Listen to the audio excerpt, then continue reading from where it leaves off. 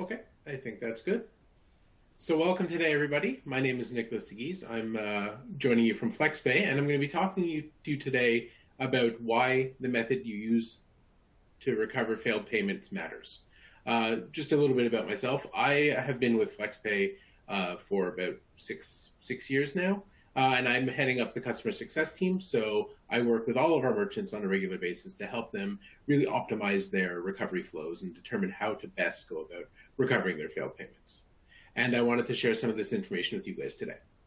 So, why the method you use matters? Well, we're going to just get into a little bit about, let me just get these slides started. There we go.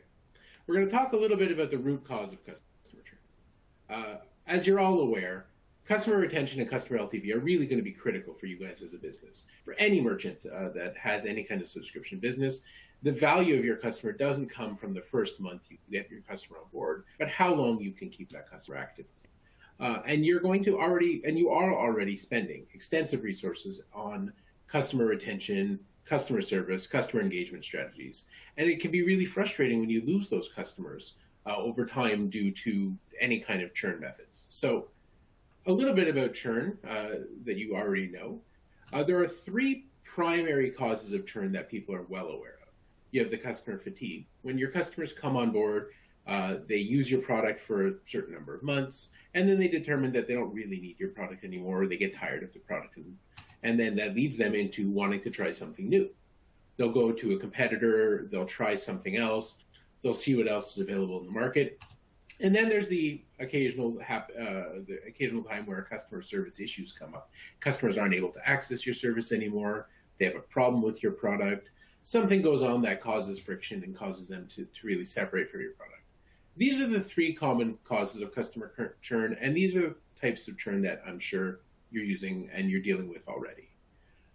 There's also a fourth cause of customer churn, something that is not often understood and is not usually actively measured. This is the type of customer churn that can really cause a lot of friction for you, and it can cause a lot of pain for you as a business. This is the payment system authorization errors. And what you probably don't know is that payment authorization errors can cause up to 48% of your customer churn. This is before I started with FlexPay. This was something that I never would have thought. You would think maybe 10, 15%, you can see 10 to 15% of your credit card payments fail. And you think to yourself, well, I'm only getting about 10 to 15% of churn, and I'm correcting some of them. But what you don't understand is that, or what you might not understand, is that this churn causes additional friction and causes additional challenges for your consumers, and can cause them to really question whether or not they want to stay with your service. So before I get into that, I'm just going to talk a little bit about the cause and impact, why this is happening, why 48% of these payments are failing. So in the card not present ecosystem, banks are actually on the hook for any kind of fraudulent transactions. If a customer passes, or a ill-intended person passes a transaction to your system, the banks ultimately are liable for this. And the banks currently face up to $30 billion a year in fraudulent transactions that are approved through the card networks. And they're trying to, as with any business, they're trying to limit their liability. So what they're doing is they're putting up blockers. They're putting systems in place to prevent this fraud from happening. And what these systems do is these systems shift the liability from the banks to the merchants.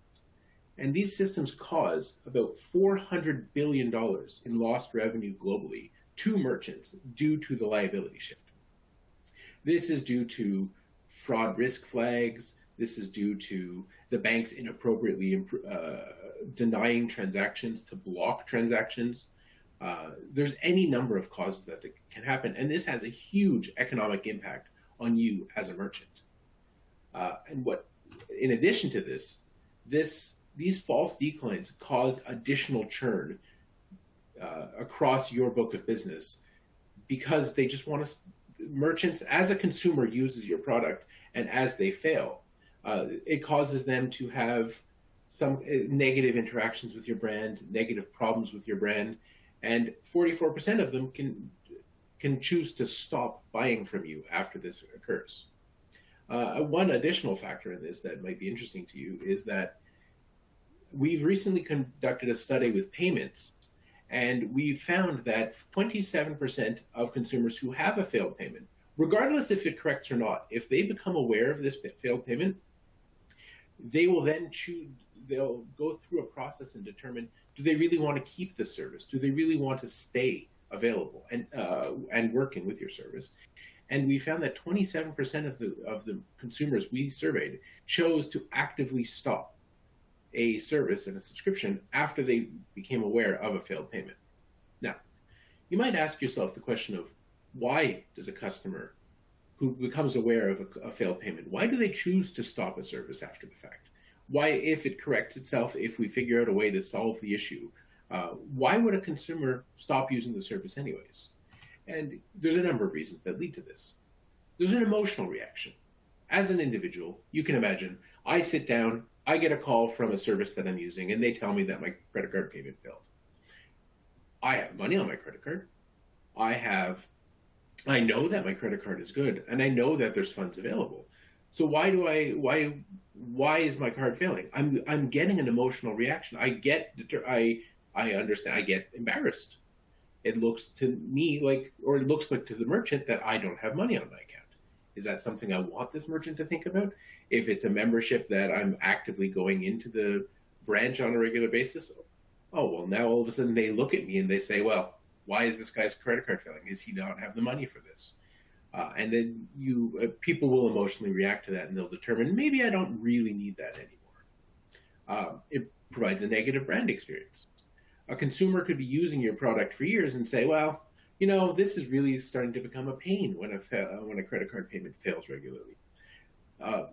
As a funny anecdote, we actually have an employee at FlexPay who works with us in our development team whose internet service provider recently contacted him to tell them that their credit card payments were failing and that the merchant was no longer able to successfully keep credit cards on file, and they needed to then submit an invoice, and our employee needs to go pay his internet every month.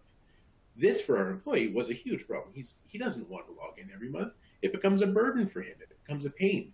So he just said, well, I'm just going to switch providers.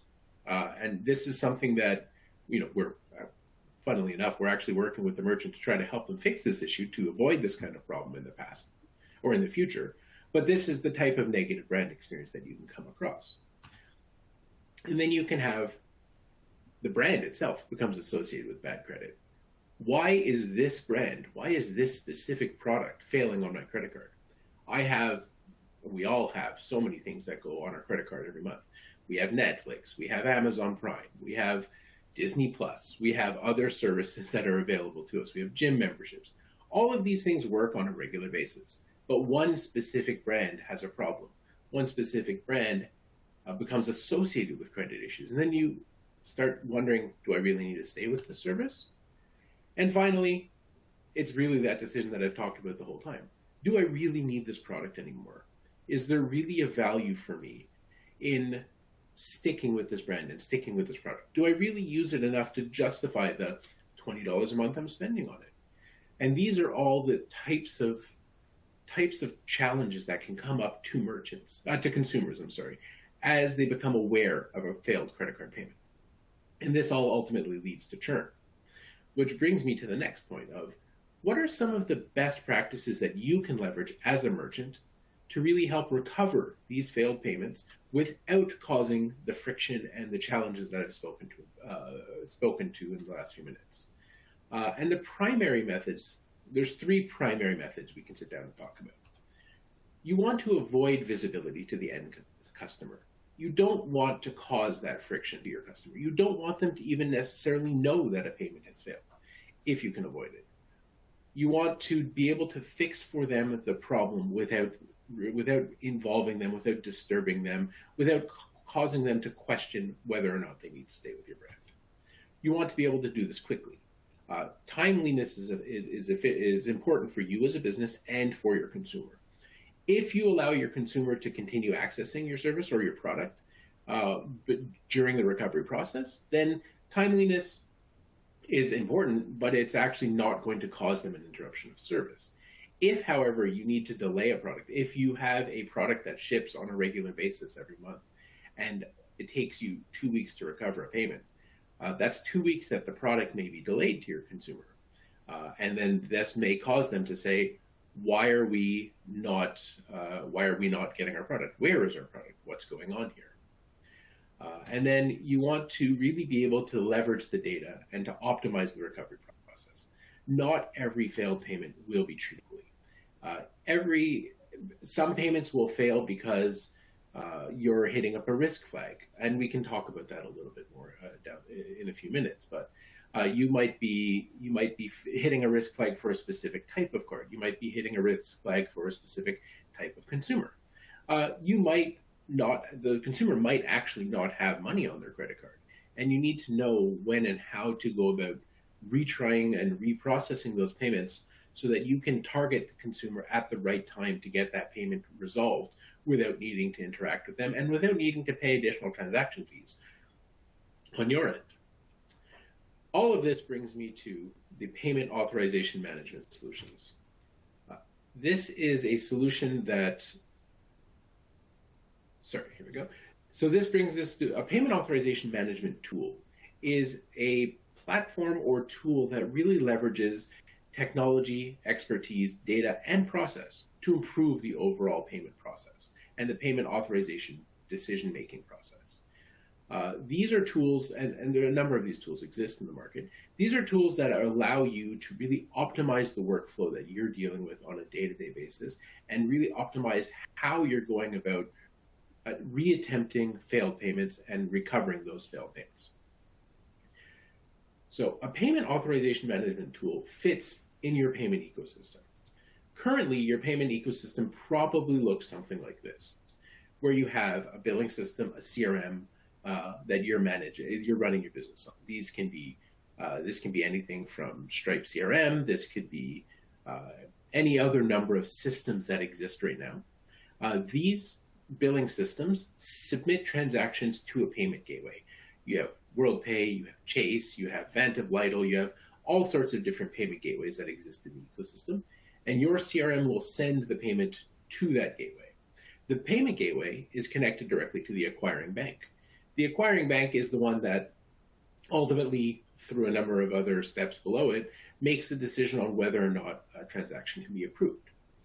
And at each of these steps, you can have friction that's introduced into the ecosystem. Your payment gateway might receive a transaction and not see the data in a way that it expects it to. This can cause the payment gateway to reject a transaction. Similarly, the acquiring bank can receive transactions with data that they're not expecting, or in a way that would not normally work with the consumer, would not normally match the consumer's buying habits, and that can cause additional risk flags to be raised, and that can cause additional problems within your workflow. So, at any of these steps, you really need to make sure you have the best possible information for the entirety of the process. And that's really where the payment authorization management tools come in. Payment authorization management tools sit between your billing system and your payment gateway. A payment authorization management tool optimizes the workflow. It really takes your transaction, it validates that everything is correctly assigned, that all of the flags are correctly labeled within the transaction. It can correct any additional data that is required for the transaction or that's missing within the transaction. It can review a transaction to see if it's even the best possible time to attempt that transaction based on the data that's available when the transaction is processed.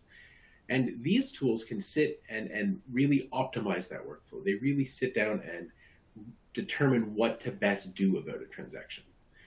Conveniently, because the payment authorization management tool sits between the billing system and the payment gateway, it can receive the transactions in both directions.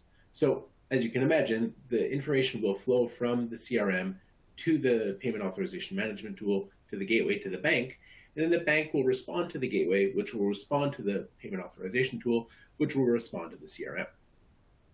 And I'll get into this a little bit in a little bit further down the road, but you can see that this sitting where it does is critical to the workflow of the process and improving the process. Now I'm going to talk a little bit about FlexPay and the FlexPay Invisible Recovery AI-powered solution. So FlexPay we've been on the market for over 5 years now, and we've really leveraged decades of payment experience. Before FlexPay came into the marketplace, we were merchants. We were working with, and we were also working with merchants to help them optimize the back-end retention within their business. So we've seen the entire process from beginning to end. We're intimately familiar with the process from beginning to end, and we developed a tool that we used internally within our business, and we turned this tool into the FlexPay product that you may have seen before you. This is really something that we have passion in. We are really plugged into the payment processing network. We receive and we train our models on 5 billion transactions annually.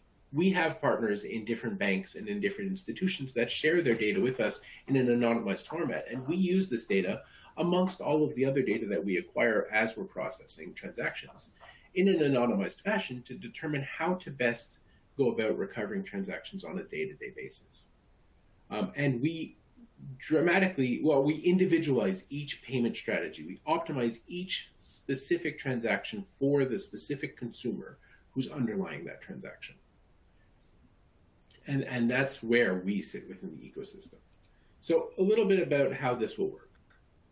In a normal situation, a payment is approved. So a payment goes into the payment authorization management tool. It gets sent to the gateway responds. If the transaction is approved, then it goes right back to the system of record, the CRM, with no additional steps required. However, if we have a payment that fails, this is where invisible recovery comes. Invisible recovery is something that I alluded to earlier, and I really want to dig into a little bit for you right now. Invisible recovery is the seamless method of recovering a transaction without needing to necessarily involve your consumer. This is where you can use technology to really transact or correct a transaction before the consumer needs to become aware of it. This can either be done immediately post a transaction failing or pre a transaction failing in certain circumstances. This allows you as a merchant to get the best possible approval rates and the best possible recovery possible before you need to go to your consumer. There will be, and there is always a place for people-powered recovery efforts, and those come after. So you have your invisible recovery that happens first. You will do everything you can within your power and within the technology tools you have available to recover a transaction, resubmit those transactions, get the best possible recovery you can without causing friction to your consumers. And then after that, you will involve people-powered recovery efforts.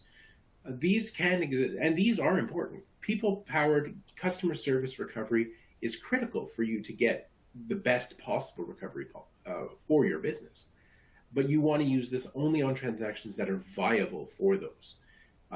Things like invalid credit card numbers. If your consumer cancels their credit card, or if their credit card has expired, or if their credit card was lost or was stolen. These are things that you cannot recover through systemic means. These are things that you cannot recover through reattempting at the appropriate time and correcting data. You actively need to get a new credit card for this, and in these cases. So this is really where your customer service teams, your people-powered recovery can exist. And this is really where you can optimize your workflow on your customer service team. Do you really want to have your customer service agents calling every single merchant that fails a transaction, every single consumer that fails a transaction? Do you really want to have that much dialing out happening? You want your customer service team to be there to solve other issues that exist for your consumers. You want to have your customer service really optimizing and calling only the consumers that they need to really get the proper information updated. Anything else is just going to cause noise and friction like we've talked about. So that's why you want to use something, some kind of tool, to really determine how to best go about the recovery process before you get your customer service teams involved. And this brings us to the next steps, is what you as a business can do to help optimize your payment flow and really determine how to best recover your transactions. You probably are doing something already, but one of the critical steps is to recognize that this problem exists. You need to understand that this exists, and you need to understand how much of an impact this is definitely having on your business. So that's your next step, is you want to quantify the cost. You want to look at your business and determine how many of your transactions are truly failing, and how many of those transactions are you able to recover right now, and what friction those are having within your business. You can also, and it's always important to understand, a failed payment today doesn't apply to just this month. If you fail a payment today and are not able to recover it today, you're going to lose that customer for the long term. Even if you solve the issue with the consumer, as we showed earlier, our research shows that you could lose up to 40, 44, 48% of your customers even after you have recovered them. 27% of people actively said that once they became aware of a problem, they just didn't want the service anymore. So this is, even a failed payment today causes downstream impacts on your business. As a business, you are already doing something. It's important in this day and age that you're going to be doing something. You probably have some kind of dunning technology that exists in place. You probably have some kind of emailing that goes out to your consumers when something fails. You may have your customer service team talking to them already.